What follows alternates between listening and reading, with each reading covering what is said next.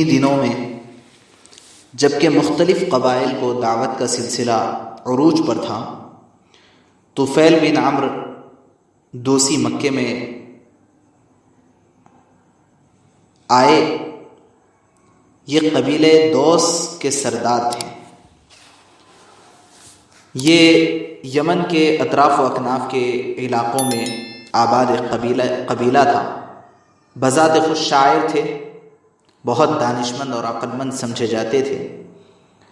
اہل مکہ نے یہ انتظام کر رکھا تھا کہ آبادی سے باہر جا کر انہوں نے ان کا استقبال کیا اور اعلیٰ پیمانے پر ان کی خدمت اور تواضع کی اور ان کی ذہن سازی کرنے کی کوشش کی۔ چنانچہ طفیل اپنا بیان دیتے ہیں کہ مجھے اہل مکہ نے بھی یہ بتایا کہ یہ شخص جو ہم میں سے نکلا ہے، اس سے ذرا بچے رہنا۔ اسے جادو آتا ہے، جادو سے باپ بیٹے، بیوی اور شوہر، بھائی بھائی میں جدائی پیدا کر دیتا ہے۔ ہماری جمعیت کو پریشان اور ہمارے کام کو ابتر کر دیا ہے۔ ہم نہیں چاہتے کہ تمہاری قوم پر بھی ایسی ہی کوئی مصیبت آ پڑے، اس لیے ہماری یہ نصیحت تم ذہن میں رکھو اور اس کو سمجھو کہ نہ اس کے پاس جانا، نہ اس کی بات سننا اور نہ خود بات چیت کرنا۔ یہ باتیں انہوں نے ایسی عمدگی سے ذہن نشین کرا دی تھیں کہ جب وہ کہتے ہیں کہ جب میں کعبے میں جانا چاہتا تو کانوں کو روئی سے بند کر لیتا تاکہ محمد کی آواز کی بھنک بھی میرے کان میں نہ پڑ جائے صلی اللہ علیہ وسلم۔ ایک روز میں صبح ہی خانہ کعبہ میں گیا۔ نبی صلی اللہ علیہ وسلم نماز پڑھ رہے تھے۔ چونکہ خدا کی مشیت یہ تھی کہ ان کی آواز میرے کانوں تک ضرور پہنچ جائے، اس لیے میں نے سنا کہ ایک عجیب کلام وہ پڑھ رہے ہیں۔ اس وقت میں اپنے آپ کو ملامت کرنے لگا کہ میں خود شاعر ہوں، علم والا ہوں، اچھے برے کی تمیز میں خود کر سکتا ہوں، پھر کیا وجہ ہے اور کون سی روک ہے کہ میں ان کی بات کو نہ سنوں؟ اچھی بات ہوگی تو مان لوں گا اور اگر اچھی بات نہیں ہوگی تو اس کو رد کر دوں گا۔ چنانچہ میں یہ ارادہ کر کے ٹھہر گیا۔ چنانچہ جب نبی صلی اللہ علیہ وسلم واپس گھر کو چلے تو میں بھی ان کے پیچھے پیچھے ہو لیا، اور جب مکان پر حاضر ہوا تو نبی صلی اللہ علیہ وسلم کو اپنا واقعہ، مکے میں آنے، لوگوں کے بہکانے اور کانوں میں روئی لگانے، اور آج پھر حضور صلی اللہ علیہ وسلم کی زبان سے کچھ سن لینے اور اس سے متاثر ہونے کا یہ واقعہ عرض کیا۔ مجھے یہ خیال پیدا ہوا کہ میں آپ سے یہ کہوں کہ آپ کوئی اپنی بات بھی مجھے سنائیے۔ چنانچہ نبی صلی اللہ علیہ وسلم نے قرآن پڑھنا شروع کیا۔ وہ کہتے ہیں کہ اللہ کی قسم، میں نے ایسا پاکیزہ کلام کبھی سنا ہی نہ تھا جو اس قدر نیکی اور انصاف کی ہدایت کرتا ہو۔ الغرض طفیل اسی وقت مسلمان ہو گئے اور حضرت طفیل رضی اللہ عنہ بن گئے، جسے قریش بات بات میں مخدوم اور مطاع کہتے تھے۔ وہ بات کی بات میں محمد صلی اللہ علیہ وسلم کا دل و جان سے خادم اور مطیع بن گئے۔ قریش کو ایسے شخص کا مسلمان ہونا انتہائی شاق گزرا، ناگوار گزرا۔ ابو ذر رضی اللہ عنہ اپنے شہر یثرب ہی میں تھے۔ انہوں نے نبی صلی اللہ علیہ وسلم کے متعلق کچھ اڑتی خبریں سنی تھی۔ اپنے بھائی سے کہا کہ جاؤ مکے میں اور اس شخص سے ملاقات کر کے آؤ جس کے سلسلے میں یہ خبریں گردش کر رہی ہیں۔ انیس یہ حضرت ابو ذر رضی اللہ عنہ کے بھائی اور برادر تھے اور ایک مشہور فصیح شاعر، زبان آور شخص تھے۔ وہ مکے میں آئے، نبی صلی اللہ علیہ وسلم سے ملاقات کی، پھر بھائی کو جا کر بتایا کہ میں نے محمد صلی اللہ علیہ وسلم کو ایسا شخص پایا جو نیکیوں کے کرنے کا اور شر سے بچتے رہنے کا حکم دیتے ہیں۔ حضرت ابو ذر رضی اللہ عنہ بولے کہ اتنی سی بات سے کچھ تسلی نہیں ہوتی۔ وہ خود پیدل چل کر مکہ پہنچے اور حضرت ابو ذر رضی اللہ عنہ آپ صلی اللہ علیہ وسلم کو جانتے بوجھتے نہ تھے، کسی سے دریافت کرنا معلوم کرنا بھی پسند نہ کرتے تھے، زمزم کا پانی پی کر کعبے ہی میں لیٹ جاتے۔ حضرت علی رضی اللہ عنہ آئے، انہوں نے پاس کھڑے ہو کر کہا کہ یہ تو کوئی مسافر معلوم ہوتے ہیں۔ تو یہ اٹھے اور انہوں نے کہا کہ ہاں میں مسافر ہوں۔ حضرت علی نے کہا کہ اچھا میرے یہاں چلو، رات وہیں رہ جاؤ۔ حضرت علی رضی اللہ عنہ نے ان سے نہ کچھ پوچھا اور نہ ابو ذر نے کچھ سنایا۔ صبح ہوئی، حضرت ابو ذر پھر کعبے میں آ گئے۔ دل میں حضرت صلی اللہ علیہ وسلم کی تلاش تھی مگر کسی سے دریافت نہ کرتے تھے۔ حضرت علی رضی اللہ عنہ پھر آ پہنچے، انہوں نے فرمایا کہ شاید تمہیں اپنا ٹھکانہ نہ ملا ہو۔ حضرت ابو ذر نے کہا کہ ہاں نہیں ملا۔ حضرت علی رضی اللہ عنہ پھر ساتھ لے گئے۔ اب انہوں نے پوچھا تم کون ہو اور کیوں یہاں آئے؟ حضرت ابو ذر نے کہا کہ راز رکھو تو میں بتا دیتا ہوں۔ حضرت علی رضی اللہ عنہ نے وعدہ کر لیا۔ حضرت ابو ذر رضی اللہ عنہ نے کہا کہ میں نے سنا ہے کہ اس شہر میں ایک شخص ہے جو اپنے کو نبی بتاتا ہے۔ میں نے اپنے بھائی کو بھیجا تھا، وہ یہاں سے کچھ تسلی بخش جواب لے کر کے نہیں آیا۔ حضرت علی رضی اللہ عنہ نے کہا کہ تم خوب آئے، بہت اچھا کام کیا کہ تم آ گئے، اور بہت اچھا ہوا کہ تمہاری مجھ سے ملاقات ہو گئی۔ دیکھو میں انہی کی خدمت میں تمہیں لے کر جا رہا ہوں، میرے ساتھ چلو، میں اندر جا کر دیکھ لوں گا، اگر اس وقت ملنا مناسب نہ ہوگا تو میں دیوار سے لگ کر کھڑا ہو جاؤں گا، گویا کہ میں اپنا جوتا درست کر رہا ہوں، اور تم اس بات کو سمجھ جانا۔ الغرض حضرت ابو ذر اور حضرت علی رضی اللہ عنہما یہ دونوں ساتھ ساتھ نبی اکرم صلی اللہ علیہ وسلم کی خدمت میں پہنچے اور عرض کیا کہ مجھے یہ بتلایا جائے کہ اسلام کیا ہے۔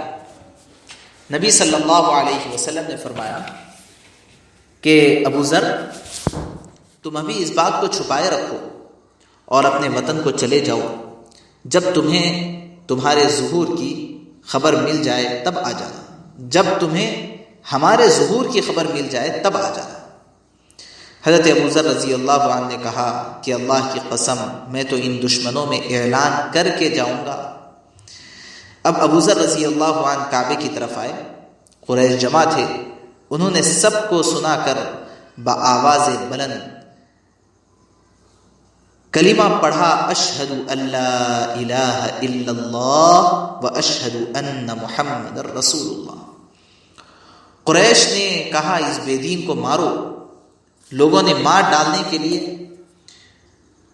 سب کچھ تیاری کر لی اور مجھے مارنا شروع کیا۔ حضرت عباس رضی اللہ عنہ آ گئے، انہوں نے مجھے جھک کر دیکھا اور سارے لوگوں سے کہا کہ کمبختو، یہ تو قبیلہ غفار کا آدمی ہے جہاں تم تجارت کو جاتے ہو اور کھجوریں لاتے ہو۔ یہ سن کر لوگ ہٹ گئے۔ اگلے دن انہوں نے پھر سب کو سنا کر کلمہ پڑھا، پھر لوگوں نے مارنا شروع کیا۔ حضرت عباس رضی اللہ عنہ نے ان کو پھر چھڑایا اور اپنے وطن کو انہیں بھیج دیا۔ یہ واقعات تقریباً سن 10 نبوی کے آس پاس میں پیش آئے ہوئے ہیں، یعنی نبوت ملے ہوئے حضرت رسول اللہ صلی اللہ علیہ وسلم کو تقریباً 10 سال ہونے کو تھے۔ 11ویں سال جس کو سن 11 نبوی کہا جا سکتا ہے، یہ موسم حج کا وقت تھا۔ نبی صلی اللہ علیہ وسلم نے رات کی تاریکی میں شہر مکہ سے چند میل کے فاصلے پر مقام عقبہ پر لوگوں کو باتیں کرتے سنا۔ اس آواز پر نبی صلی اللہ علیہ وسلم ان لوگوں کے پاس پہنچے۔ یہ 6 آدمی یثرب سے آئے ہوئے تھے۔ یثرب یہ مدینہ منورہ کا دوسرا نام تھا۔ ان کے سامنے نبی صلی اللہ علیہ وسلم نے خدا کی عظمت و جلال کا بیان شروع کیا ان کی محبت کو خدا کے ساتھ گرمایا، بتوں سے ان کو نفرت دلائی، نیکی اور پاکیزگی کی تعلیم دے کر گناہوں اور برائیوں سے منع کیا۔ قرآن پاک کی تلاوت آپ نے انہیں قرآن پاک کی تلاوت کی، پڑھ کر کے قرآن پاک سنایا، ان کے دلوں کو آپ نے روشن کیا۔ یہ لوگ اگرچہ بت پرست تھے، لیکن انہوں نے اپنے شہر کو یہودیوں کو بارہا ذکر کرتے سنا تھا، اپنے شہر کے یہودیوں کو بارہا ذکر کرتے سنا تھا کہ ایک نبی عن قریب ظاہر ہونے والا ہے۔ اس تعلیم سے وہ اسی وقت ایمان لے آئے، اور جب اپنے وطن لوٹ کر گئے تو دین حق کے سچے داعی بن گئے۔ وہ ہر ایک کو خوشخبری سناتے تھے کہ نبی صلی اللہ علیہ وسلم، جس کا تمام عالم کو انتظار تھا، آ گئے۔ ہمارے کانوں نے اس کا کلام سنا، ہماری آنکھوں نے ان کا دیدار کیا، اور انہوں نے ہم کو اس زندہ رہنے والے خدا سے ملا دیا ہے کہ دنیا کی زندگی اور موت اس کے سامنے ہیج ہے۔ ان لوگوں کے بشارت لے جانے کا نتیجہ یہ ہوا کہ یثرب کے گھر گھر میں حضرت رسول اللہ صلی اللہ علیہ وسلم کا ذکر ہونے لگا، اور اگلے سال 12 نبوی کو یثرب کے باشندے مکے میں حاضر ہوئے، اور نبی صلی اللہ علیہ وسلم کے فیضان سے دولت ایمان انہوں نے حاصل کی۔ ان لوگوں نے جن باتوں پر آپ صلی اللہ علیہ وسلم سے بیعت کی تھی وہ یہ ہے کہ نمبر 1، ہم خدائے واحد کی عبادت کیا کریں گے اور کسی کو اس کا شریک نہیں بنائیں گے۔ نمبر 2، ہم چوری اور زنا نہیں کریں گے۔ نمبر 3، ہم اپنی اولاد لڑکیوں کو قتل نہیں کریں گے۔ نمبر 4، ہم کسی پر جھوٹی تہمت نہیں لگائیں گے اور نہ کسی کی چغلی کیا کریں گے۔ نمبر 5، ہم نبی صلی اللہ علیہ وسلم کی اطاعت ہر اچھی بات میں کیا کریں گے۔ جب یہ لوگ واپس جانے لگے تو آپ صلی اللہ علیہ وسلم نے ان کی تعلیم کے لیے حضرت مصعب بن عمیر رضی اللہ عنہ کو ساتھ کر دیا۔ حضرت مصعب بن عمیر رضی اللہ عنہ بہت امیر گھرانے کے لاڈلے بیٹے تھے۔ جب گھوڑے پر سوار ہو کر نکلتے تھے تو آگے پیچھے غلام چلا کرتے تھے۔ بدن پر 200 روپیے سے کم کی کبھی پوشاک انہوں نے نہیں پہنی تھی، مگر جب ان کو اسلام کے طفیل روحانی عیش حاصل ہو گیا تو ان جسمانی آرائشوں کو انہوں نے بالکل چھوڑ دیا تھا۔ جن دنوں یہ مدینے میں دین کی آواز لگاتے پھرتے تھے اور اسلام کی تبلیغ کیا کرتے تھے، ان دنوں ان کے کندھے پر صرف ایک کمبل کا چھوٹا سا ٹکڑا تھا جسے اگلی طرف سے کانٹوں سے جوڑ لیا کرتے تھے، یعنی بٹن کی جگہ کانٹوں کو استعمال کر لیا کرتے تھے۔ حضرت مصعب رضی اللہ عنہ مدینے میں اسعد ابن زرارہ کے گھر جا کر اترے تھے، اور ان کو مدینہ والے المقری یعنی پڑھانے والا استاد یہ کہا کرتے تھے۔ ایک دن مصعب اور اسعد اور چند مسلمان بئر مرق پر جمع ہوئے، یہ غور کرنے کے لیے کہ بنی عبد الاشہل اور بنی ظفر میں اسلام کی دعوت کیسے دی جائے۔ سعد بن معاذ اور اسید بن حضیر ان قبائل کے سردار تھے اور ابھی مسلمان نہ ہوئے تھے۔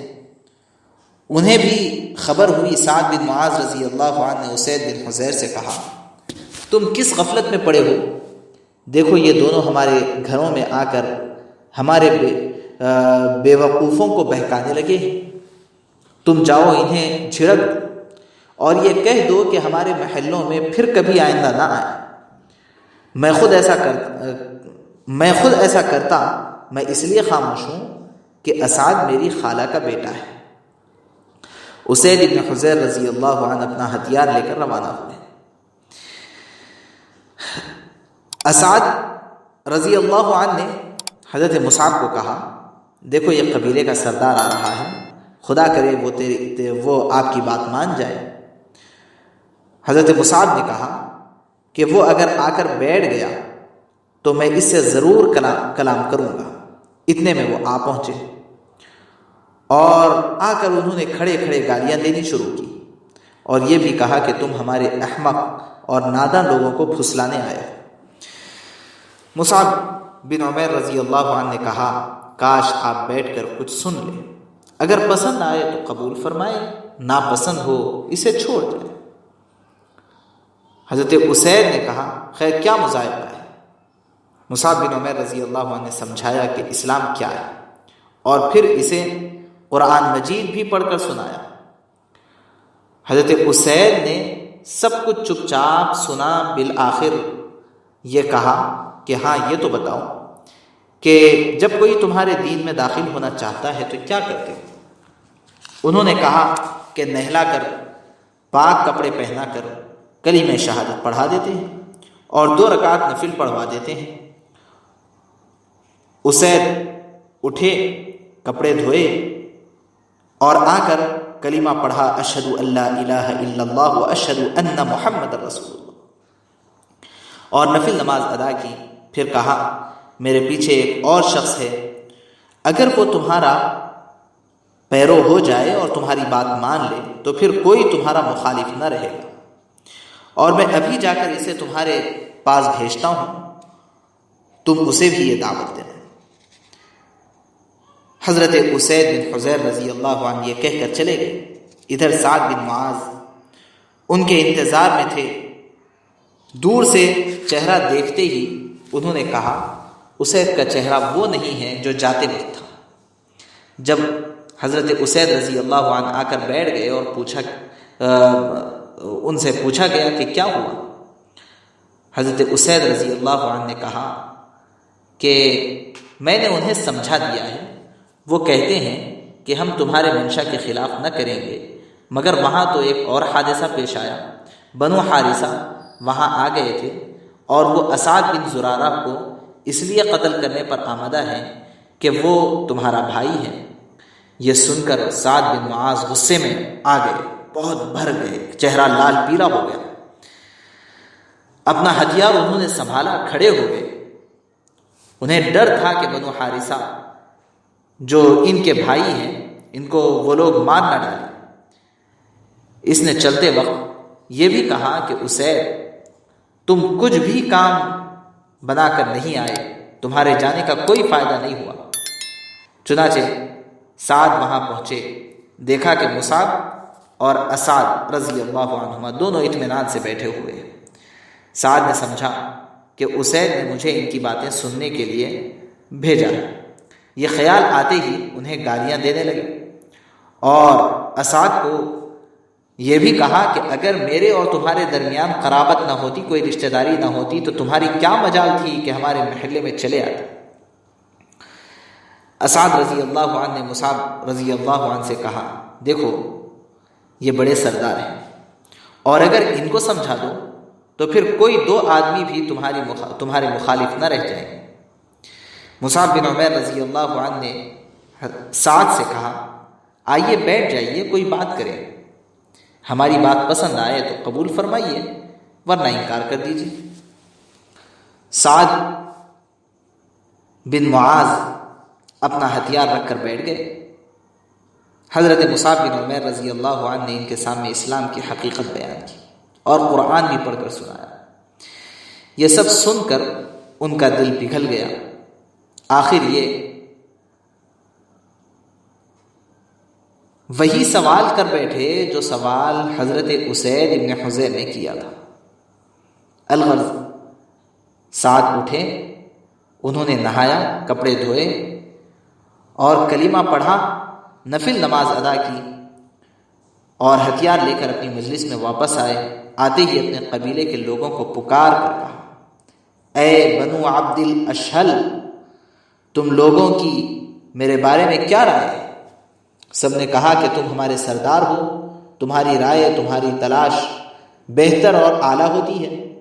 حضرت سعد بولے سنو، خواہ کوئی مرد ہو یا عورت، میں اس سے بات کرنا حرام سمجھتا ہوں جب تک کہ وہ خدا اور رسول صلی اللہ علیہ وسلم پر ایمان نہ لائے۔